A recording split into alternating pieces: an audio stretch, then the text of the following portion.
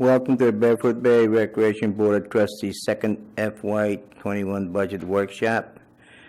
We'll stand for the Pledge of Allegiance. LUANN. Allegiance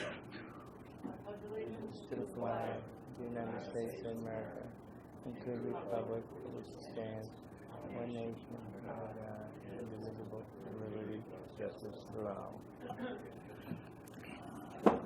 Thank you for coming. Trustee Compton, would you like to do the roll call, please? Yes, Chairman KLOSKY. Present. Trustee MAINO. Present. Trustee Henderson. Here. Trustee Compton's here. Trustee Loveland. Here. We also have with us John COFFEY, our district manager. We have Stephanie Brown, our district clerk. We have Charles Henley, our finance manager. Ernie Cruz, our golf operations manager. We have Rich Armington, our resident relations manager, and Matt Getz, our property services manager. And I think I did not mention Miss Kathy Mendes, our food and beverage manager, is also with us. We have a quorum, Mr. Chairman. Thank you. We're going to have a second FY21 working draft proposed budget review. And John, would you want to explain? Yes, Mr. Chairman, trustees and residents gathered at home. One quick bit of housekeeping. Soon to be up on the screen will be the call-in number. It has changed from our last workshop. So if you want to call in, please use that number. I provided the board 3 documents on Friday. I'll spare you the reading of it all, but basically we removed the planned $350,000 bank loan for this year and fine-tuned adjustments to the end of this fiscal year. With part of that bank loan was the term capitalized interest, meaning we take the loan out and we start paying the debt service right away, so there was a savings on the expenditure side. We also moved some projects around and made adjustments for ones that have come in under budget. About the most significant project that we proposed to defer to next year was the bench covers for the remaining benches at the shuffleboard court. For next year, and once again I won't bore you with reading everything, we moved 10 projects within the R&M department to under the contingency account. If all our monies come in, we will be able to accomplish those projects, but if money starts not coming in as planned, those would be the first 10 we don't do. We also made some other minor adjustments, like defunding the annual neighborhood revitalization program money, the damaged sidewalk for 1 year, removed the debt service, and adjusted the golf course irrigation project. I know what I gave you says $250,000. It really, the change was a minus $100,000, and showed the 2 projects deferred from last year to this year. In summary, and I'll get right to where this changes. On the expenditure side, we had projected about $7.7 million in expenditures this year, in the end of March, and now that's down to $6.9 million. Next year's planned expenditures were originally at $7.7 million. They're at $7.6 million. And the 22 budget was $7.2 million and is now at a little over $7 million. Where the rubber meets the road on that, we talked about at the last budget workshop of, instead of borrowing money this year to stay above minimum fund balance, to borrow from our reserves, if you want to say it that way. our minimum fund balance is 10% of our operations costs, and that's based on the next year's budget. So it's a number in flux, but it's roughly $1.2 million at this point in time. We estimate that the end of this year will be about $206,000 below that rate. The end of next year, assuming we do all the projects in the contingency account, we would be $105,000 under, and then at the end of FY22, we would be $65,000 to the good. So I think that is a very good plan. Alternatively, we could always change the minimum fund balance if you don't want to go under the current minimum fund balance 20%. Either way, we're going to spend more money this year than we take in. I think it's a sound plan, and we do have, we kept the FY21 operating budget of the departments the same per your direction. I spoke with the managers since the last meeting, and each of them have means of pulling back the operating cost. Some of it would be through hiring freeze, but there is options if we get into next year and we're seeing significant decrease, that we can easily pick up probably $250,000, $300,000 without significantly impacting services to the residents. With that said, I'll just say at home, because numbers are not fun to listen to, 60% of our annual budget comes from the assessment. So right off the bat, we're going to get to 60%. And the rest of it is scalable. So I think we're in a good position for next year. And if there's any specific questions, myself or managers are here to answer them for you. Mr. Coffey, a quick question. You mentioned that we have the option of reducing our fund balance percentage that we maintain. Is there any benefit in doing that?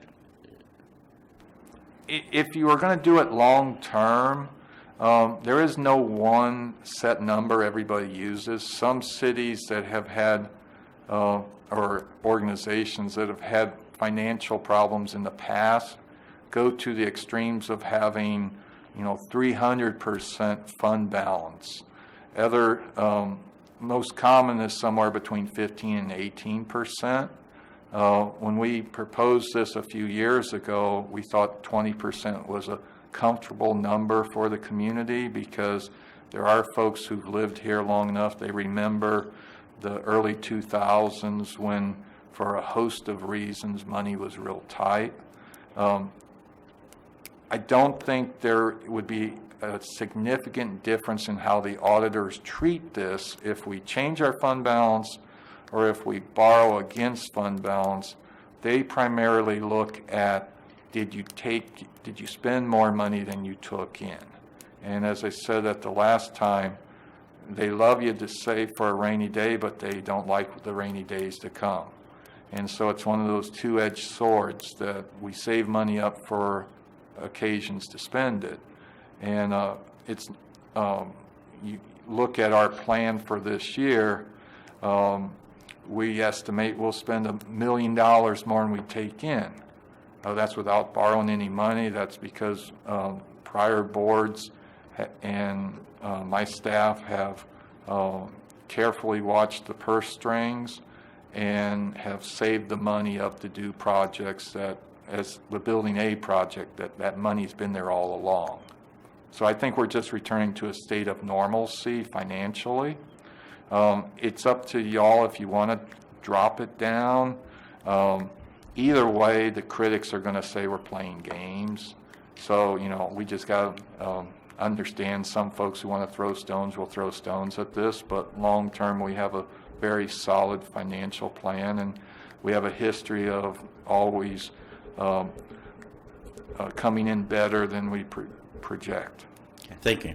I'd just like to leave it at 20% under it, instead of messing around with it, because I think we did pretty good up to this year, and this is the only problem we have right now because of this epidemic and this virus and everything that made everybody close everything down. But just the way we have here, seeing that in FY22, you're going to be 65,000 above the minimum fund balance. So I just wouldn't even think of considering lowering it down, because I think it'll just make us look bad. And I think this board, and even the past board, but this board has maintained keeping it where it's supposed to be. So if the rest of the board agree on keeping that 20%. I agree, Mr. Chairman. Thank you very much. And I think that looking at the end of this fiscal year, when this is going to end, I thought it's going to be a more bleaker year than it is, but it doesn't look like we got quite a lot of light in the end of the tunnel. So it looks like we're going to do pretty good this year at the end of this fiscal year. And then next year, it looks pretty good too. So, and if this ends fast, we can recoup and get to where we always are. So we're getting our projects done. That's how I'm concerned. So thank you very much. Anybody else have? Well, just again, a comment going along with what Mr. Coffey just said. You know, as you look at all the numbers, and people do not really understand budgets, and they especially do not understand our budget, and we have a hard enough job doing it ourselves. But, you know, this 2020 budget, Roger and I, of course, were not on the board when this was passed. And as you go through the budgets week after week and look at these things, and it finally clicks on you and you say, geez, exactly what John just mentioned, all of a sudden we spend over $1 million more than we take in. And I have to tell you, and it's great planning, it's a great job on your staff's part to put that money away for that, but you can only do that so long. You know, when you're spending $1 million more than you're taking in, we're spending $1.9 million this year on capital projects, or around that number. They're all, remember, all the numbers are a little fuzzy, but about $1.9 million, and over $1 million of that is more than we take in our fund balance. And looking at next year, again, you're taking in 700 some thousand more than in revenues, more than you would spend on just to maintain the place. And then if you put the loan on there to do things like the lounge, and of course you're going up. You know, I think if we're ever looking at spending more than what we're taking in the next year or two, we're going to be in trouble. And I think you have to keep that fund balance at the 20%. I don't have any problem with that whatsoever, because you can't keep doing that year after year. I understand that. So, can I ask a question just roughly on the 2021? Offhand, and I probably should have called you about this. You know, again, I look at a lot of things like zero-based budgeting and putting real simple. Offhand, do you have any idea what our total salary is? Everyone, everyone total salary. Next year it's projected to be around 2.3 million. How much? 2.3 million. Okay. And then on top of that, we've got insurances and we've got all kinds of other things. And that's kind of the hard thing for people to understand. Just to operate this place, it costs you $2 million some dollars just to pay people. Yeah. And then when you throw in the benefits and the taxes, we're up to That's what I mean. And, you know, I can remember telling people one time, well, our insurances went up 30%. Now, again, it's different in a big school district. And I'm talking about $6 or $7 million, and people can't believe that we spend so much money on salaries and benefits and taxes and all of those things. And so I'm glad that you brought up the 60%, because I don't look at things online, but I hear people telling me, well, you know, what are you doing with their money? What are you doing with their money? They don't realize that only 6% of our revenues come from our assessments, you know. So I'm glad you brought that out, and I think that has to really be publicized.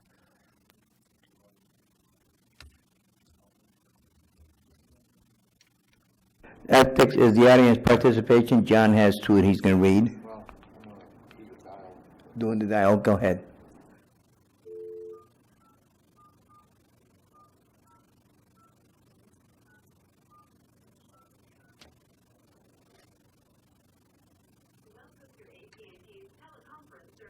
Please enter your access code, followed by the pound sign.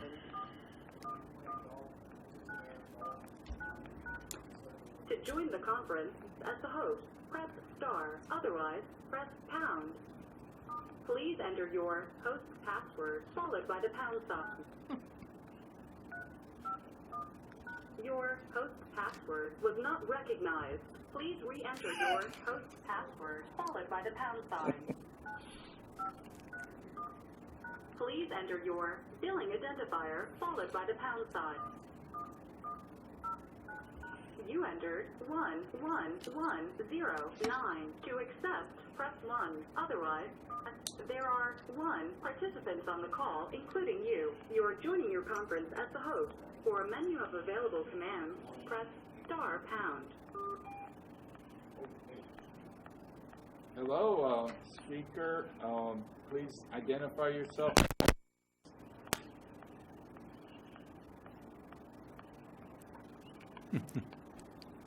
Hello, anyone on the line?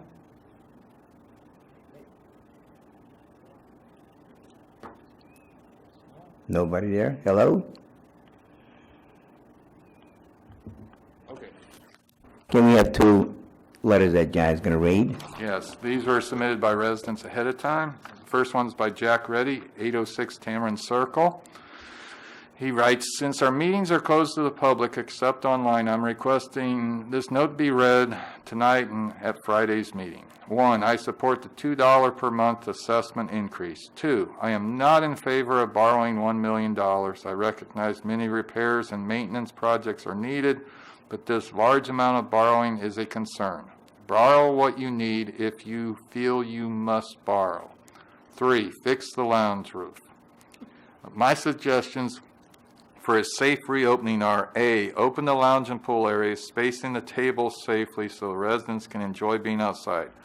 Remove 1/2 to 1/3 of the pool chairs. B, since golf is open, considering allowing folks to have beverages in building D&E with spaced out tables. Short summary.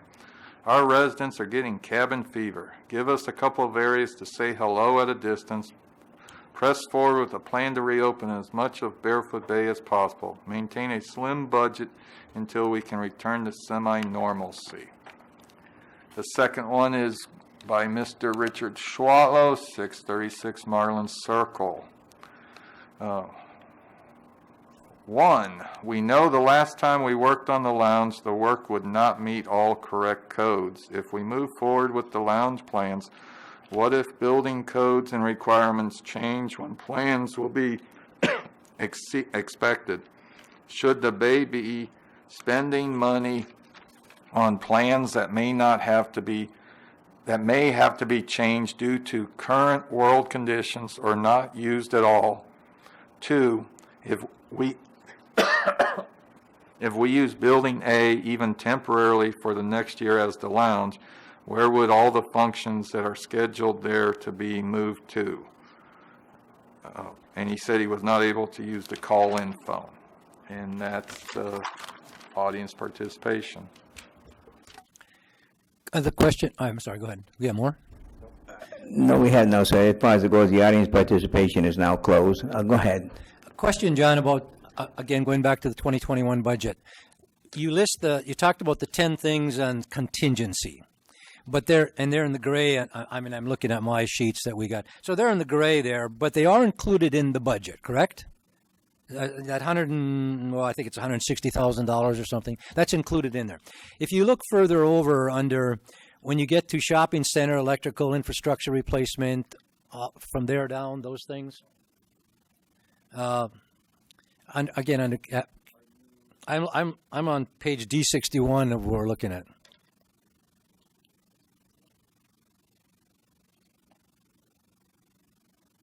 Under expenditures for capital projects.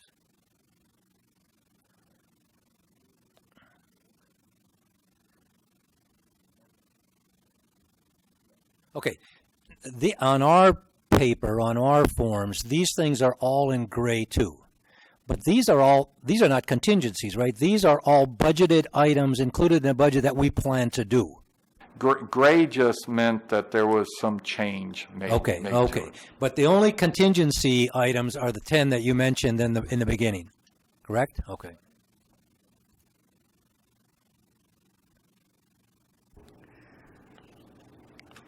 The only problem, a final comment on, the only problem I have with this at all, it's a great job. I mean, the staff did a great job.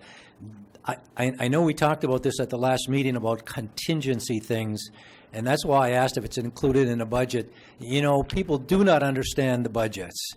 And they say, well, what do they do? What are they doing? Oh, they were going to put restrooms over at the beach, and they didn't do it. And then we explain, well, it was taken out of that year, and it was a contingency for this, et cetera.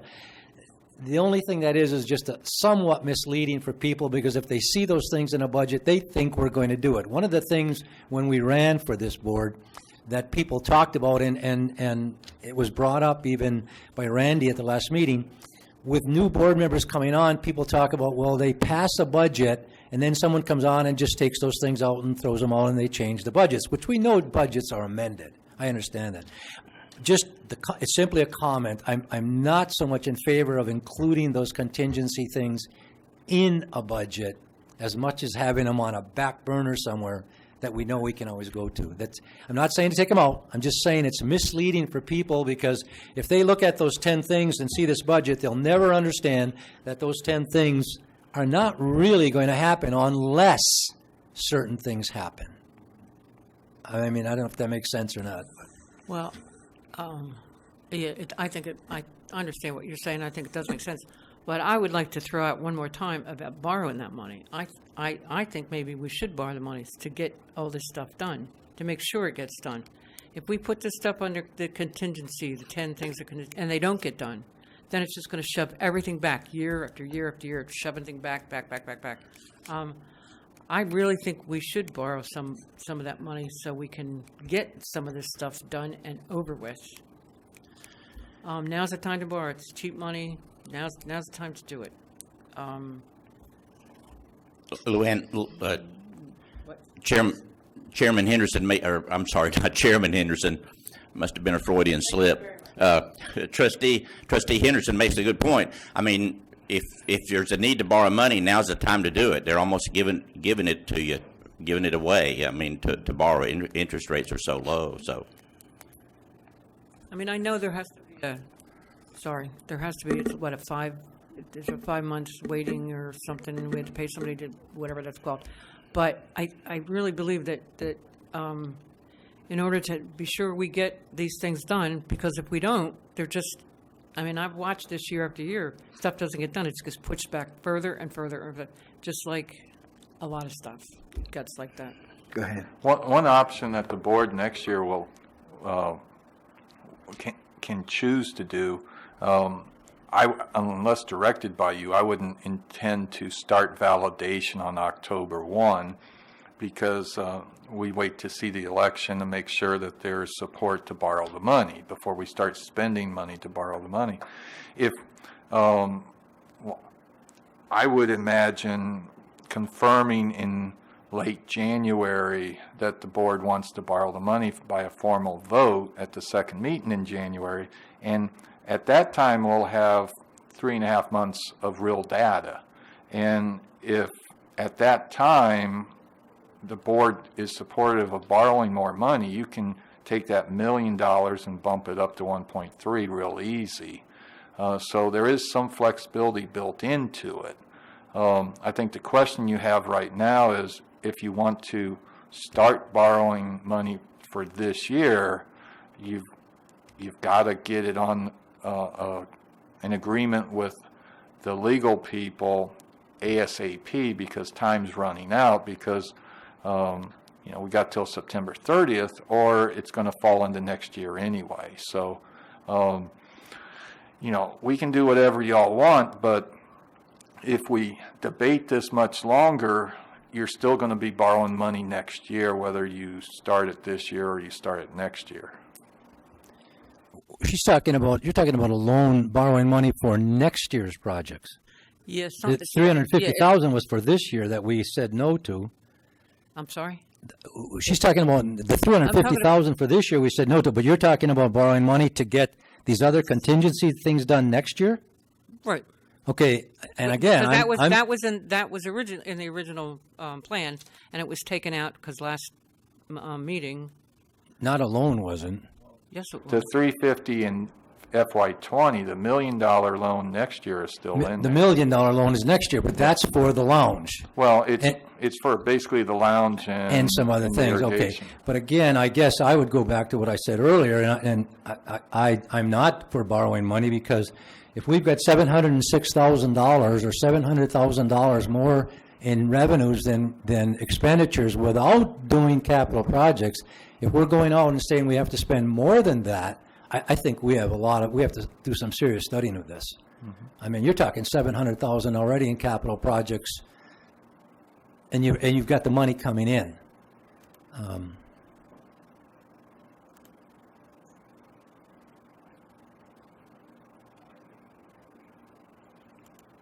And that's a policy debate that the board struggles with each year. If you wanted to push back the lounge project, push back the golf course irrigation projects, we could do it pay as you go, save up over a few years and not borrow the money. So it's a matter of, how urgent are these projects, and only y'all can make that decision. And I don't mean to, but everyone thinks that their projects are very important. Don't get me wrong. I understand that, and I'm not saying they're not. But again, when you're talking about borrowing money and you have to put some windows in, well, you'd better have a really good reason for having to replace those windows. There's got to be something wrong with them. It's like a roof. You're not just going to put a roof on just because you need a new roof. You put it on because it's leaking. Well, some of these things are contingencies that I think you have to question at some point, depending on how the economy goes. Are they really necessary, or is it just something we think we should do now? Do you understand what I'm saying? And so I'd be hesitant of borrowing more money. I know we got the $1,000 loan out there. I know we're still talking about that. But I have to agree with Mike on that. Because even if we do next year's board that comes in, depends on, even if we borrow the money or did borrow the money, next year they can just vote it down and we don't want to spend the money on that, and that's it. So you're really just wasting your time doing, like John said. So what you're saying is we should wait until the new board comes in to decide if we're borrowing money. yes, that's the way I look at it. Yes. Is that what you're saying to me? Yes, that's what I'm trying to say. it's a good point, LUANN. It's a bad point too. Well, I agree. Mr. Coffey, is it reasonable to believe that we can wait till the new board comes in, get the money borrowed, and still complete the projects that are scheduled for next year? Most certainly. If the new board wanted to continue with the $1 million or $1.2 million loan in January, you would have the money by summertime. And with our fund balance, you would have a cushion. You wouldn't need that money in January. Right. And those two big projects anyway are summertime projects. They're probably not going to start in January. I don't think Ernie wants to go back to his Air Force days of wearing Kevlar on the golf course, of tearing it up in January. The issue, you can adopt a budget with the loan, without the loan. If you don't want to adopt the budget with the loan, you really then need to push back those two projects, because I don't think anybody's going to like seeing deficit spending of $1 million in a mail out. And this is where the uniqueness of Barefoot Bay of doing a mail out budget makes the annual budget process all the more interesting, because we mail something out to the residents, then there's an election, then we basically implement the budget, and sometimes those things don't go in a linear pattern. I think we've got a good budget here. But I think we do. I think you have to put some kind of loan in there. I think you have to have the loan, because otherwise you're just... Well, the budget does include $1 million loan. It does include it for 2020. It includes $1 million. But you're talking... I thought... LUANN, the budget right now is is $6.6 million revenues without a loan. It's up to $7.6 million with the $1 million loan. And that's what the board would decide next year, when a new board would come on, that if they're going to borrow that $1 million or not. So you're going to put it in the budget, and then you're going to let the Yes, next... that's the FY21 budget, yes. And then you're going to let the next board decide if they're actually going to borrow it. Not necessarily the next board. I think at some point, this board is going to decide, depending on what the economy is, how things open up, where we go, is that lounge project actually going to happen? That's going to be the question at some point. But the loan is in there in the budget right now. But the other thing is that I'm just saying the new board can scrub the lounge project completely, say, we don't want to bother spending money on this, we'll just leave it just the way it is, and that's it, and that's the way I'm Okay. looking at it. Okay, I got it. Okay. I'm not, I haven't heard from Randy. Well, I was just going to say, I've been here 6 years, seen 6 boards, and sat through 2 of them, this being my second board, second year. And I've yet to see any of the boards carry on the last board's objectives. So, which has stopped us a lot in making progress. This board has, from last year to this year, has really gotten a lot of the projects done. So, for me, I try to stay focused on our immediate, what we have control over. We do not have control over whether the board's going to approve that $1 million next year, or whether they're going to approve the projects, or if we approve the projects, whether they're going to come in and reverse that. I've seen that happen time and time again, where it's approved, a loan's approved, or a bond, and then the new board comes in and says, no, we're not going to go that direction. And with this election this year, it's a majority board. So if you have 3 like-minded people come in, it doesn't really matter what the 2 like-minded people might be sitting here thinking. I would like to stay focused on the projects that we have, stay focused on, and I know it is our job to plan long-term. I think we need to think long-term and plan short-term at this point, and especially in this economical environment. I agree with Mike on taking out the loan, I mean, and Roger and LUANN, yeah, they are giving money away, but are they really giving money away? I mean, there will come a day of reckoning where that money has to be paid back. Might be at 0 interest, but it's still a loan. It's still not our money. And so I'm cautious about a loan, at least under this budget, under the budget for 2018, or any of the budget that we have to manage for 2021. Anyone else? Just a comment, not to do with the budget, but, and the point Randy's making is, and LUANN is making about a new board coming in, that's the worst case scenario that there could possibly be for a board, is when majority of the board is turned over in an election year, and they can change what the other board did. I know this board used to have 9 members. I know they went down to 7. But let me tell you something. If this board ever had the courage to go to 7-member board like school boards do, go to 3-year terms, within 2 years, you would never, ever, ever turn over a majority of the board after 2 years of elections. And there would never be a problem where if Roger and I and Randy, whatever, sat here and passed a budget, come November, it wouldn't matter who came on the board, because you still would go ahead with what the previous board did. And I'm just throwing that out there, and I know people will just go, oh, we don't want that. But let me tell you something. In 2 years, you could be to a 7-member board with every member having 3-year terms, and it wouldn't be me, I guarantee you. But that would be a way to really keep things going continually and not have to worry about somebody new coming in November. We did have a 9 board member, and that I'm not saying 9, I'm saying 9. 7. No, I'm even a 7. But actually, in some ways, it didn't seem to me, because I was on all them boards. I was on the 9, on the 7, and dropped on the 5.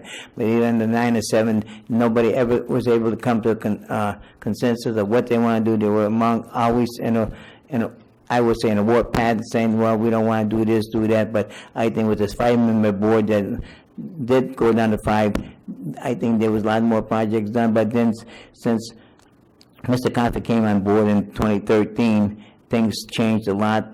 And we used to have a 3-column budget, and nobody ever knew where any of the money went, how they appropriate, what they did with it. No, there was no explanation of anything. We're here right now.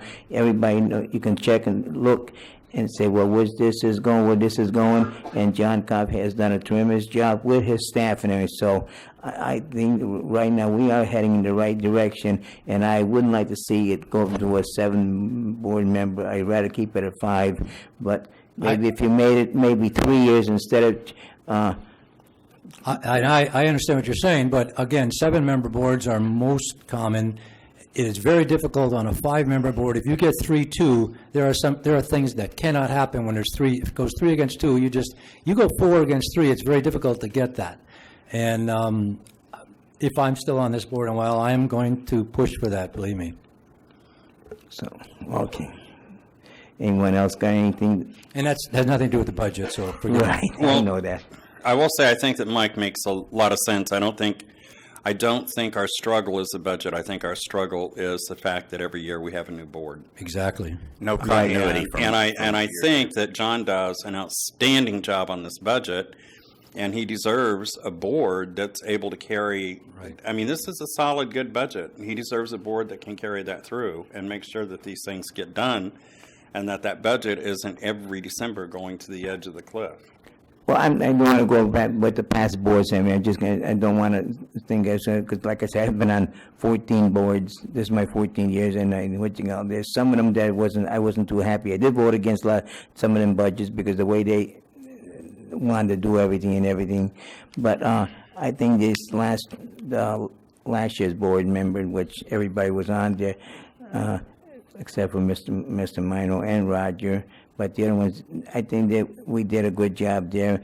And even this year's, I think everything's going to be heading in the right direction. And even with this, with the virus and everything, we're still heading in the right direction. And we do have a rosy picture, a nice sunny picture there. So that's just reading this continuously over and thing, no matter what. I read it a couple of times, and it's still the same. And it still looks great. So. I know a lot of people, like Mike says, people don't understand the budget and everything, even we don't, but we read it and review it and read and review it and everything, and you figure it out and you know which way you're going. So I still say we're headed in the right direction. That's all I could say. Thank you. 2 points. First, I think the reasons the budget looks nice is I put the trustees' pictures on the cover. But second of all... I think the budget looks very good, by the way. It does. Second of all, if the board is interested in trying to increase the number of seats on the BOT, you really need to have a discussion at one of the upcoming meetings to get Cliff working, because the Brevard County delegative group in Tallahassee, they meet in the early fall to hear proposed bills that they will collectively support. And the easiest thing to get passed is something that the whole group will endorse. And if you miss that one-day presentation, it basically kicks you a whole year down the road. And I ran on the proposal that telling a lot of people they can't understand why this board, I told you the contingency part. You put something in there and somebody else comes and changes it a year later. And people can't understand that. And I told them, I said, well, that shouldn't, you get a 5-member board, 3-2. It's very easy to have these little coalitions get on there, and all of a sudden things that 2 members want, they don't get passed. And that's obvious. It's happened before many, many times here. And so I absolutely want to look at this, and again, it has nothing to do with me because I will not be on here. But this board could pass things that would be very good for the community, and the next year it's changed by someone. And I think that has to stop. And again, Joe, you said you were 14 years on boards. I was 30 years working with 7-member school boards. Very, very well they work, very well. And so at some point, I did intend to bring this up. I didn't mean to do it tonight, but because of the way Randy talked about the board next year could change this budget, it's just a lesson in futility sometime, because we're going to wait till we get a new board. That makes absolutely no sense. And the thing that you're familiar with is, and I'm pretty sure Mr. KLOSKY can attest to this in his 14 years, is there's never an opportunity for the board to have like a strategic planning or a goal-setting session, because they, as you know very well, you jump right into the budget process, and then when you adopt the budget, it's the start of the election cycle for the other members. Exactly. And there's no ability to look long-term. It's very reactive. For an example, a year ago at this time, we were looking at a $4 million lounge expansion project. And that I understand that went away. You know, last year, and again, I don't mean to push this, but last year, during the election time, as we were running and then we got elected, a comment was made, well, we're not going to do anything much more on the board now until the new members get on in January. My goodness, that's November, December. You're 2 months, 3 months of doing absolutely nothing. Now, I don't mean you didn't do anything, but I mean the comment was we're going to wait for the new board. Yes, and they shouldn't have waited for the new board, because I had things that I wanted to get done, and that Exactly, was what I was LUANN. told. I think It really was. When you spend a lot of time trying to do something good and come up with good plans, it is very discouraging to say all of a sudden we're going to wait for a new board to come on now and see what they want to do. The hell with them. I don't care what they want to do. Let's do what this board wants. And so, I really think it's something that I wanted to push, and I will at some point.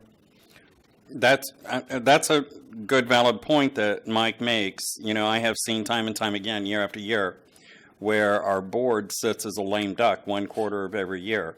So you sit a lame duck this year, lame duck next year, 1 quarter, that's half a year gone out of 2. So a board is only effective a year and a half.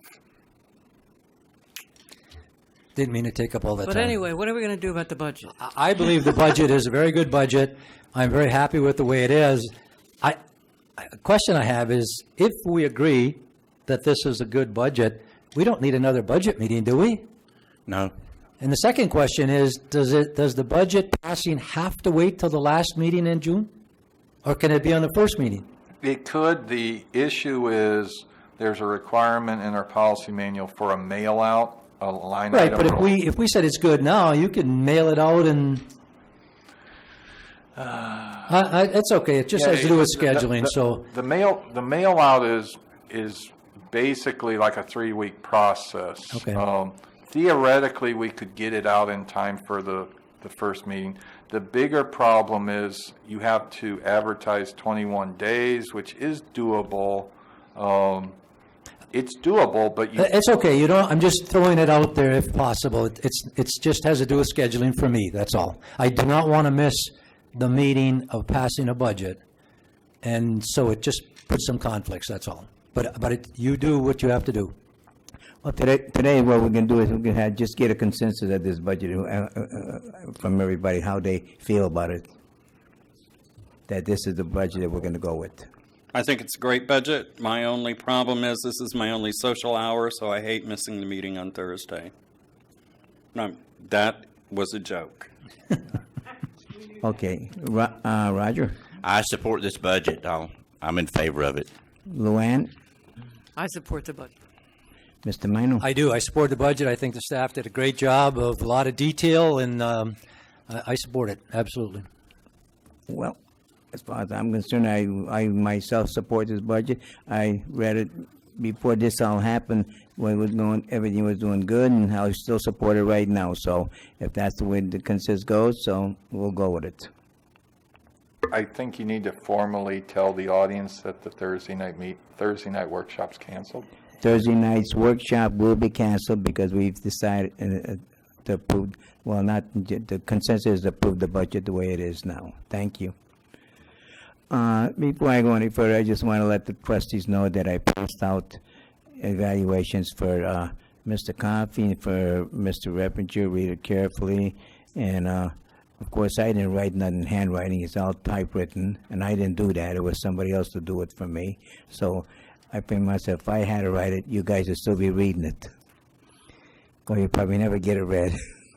And remember, there's a deadline, June the 8th. No, and anything after the 8th, I will not accept. So you got to have, the deadline is the 8th. You got to have it by June the 8th so we can compile the scores and everything. Then on the 12th of June is when I'll discuss the evaluations.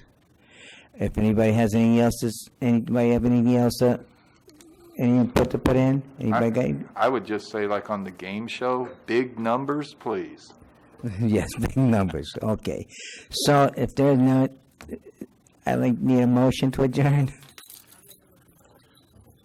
Meeting adjourned. Thank you very much. Have a wonderful evening. Last year, I was not here for the budget, to pass the budget, whatever.